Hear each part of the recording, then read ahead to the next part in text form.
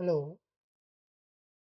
So today we shall be seeing about furosemide. So furosemide is also known as Lasix, which can be given via oral or by injected. Injection can be given IM or IV. And over here we have the 40 mg dose, which is a very standard dose given orally. Talking about diuretic, furosemide is a high ceiling diuretic that just inhibits the sodium potassium co-transport, which is present in the ascending loop of Henle. So furosemide, it is a high ceiling loop purity. Other than this, in the same class, we have torresemide and butamide. Next, I have the primary mechanism of action, which will increase the sodium, potassium, and magnesium excretion by inhibiting the sodium potassium chloride co-transport. What happens over here?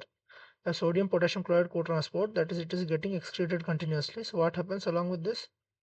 Water is getting outside.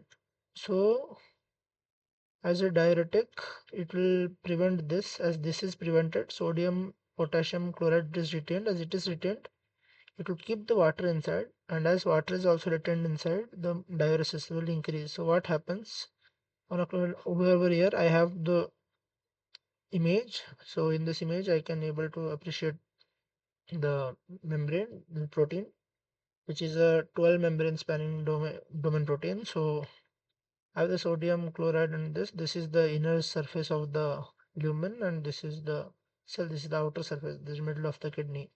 From here, sodium potassium chlorine, they will come from the loop, it will come here, it will be excreted outside.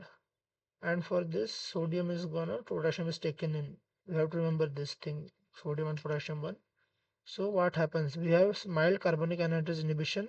So the potassium loss is increased. See what I told you here, right? The potassium loss is increased in the body.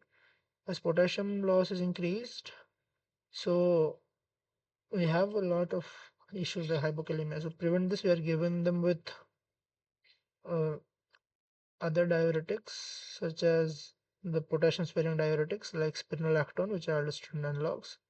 They have a less loss than thiazides. The GFR is almost unchanged, that is due to compensatory mechanism.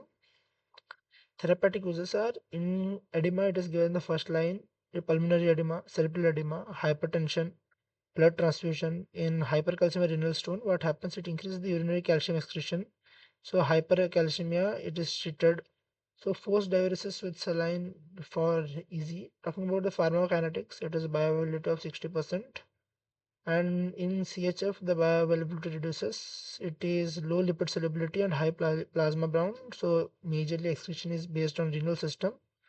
So minor biliary intestinal secretion can be done. Half-life is around 1 to 2 hours. It will act quickly, that is in around 20 minutes if given parenterally, and enterally by 20 to 40 minutes.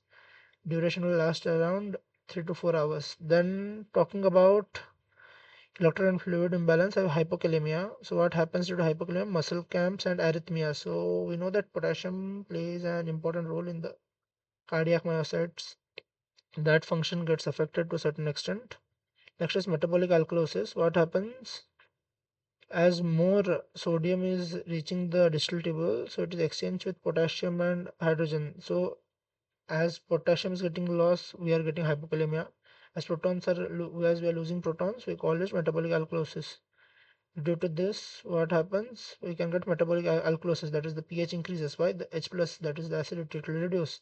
Then we have acute saline depletion. What happens? It is isotonic reduction because sodium chloride water, everything is done.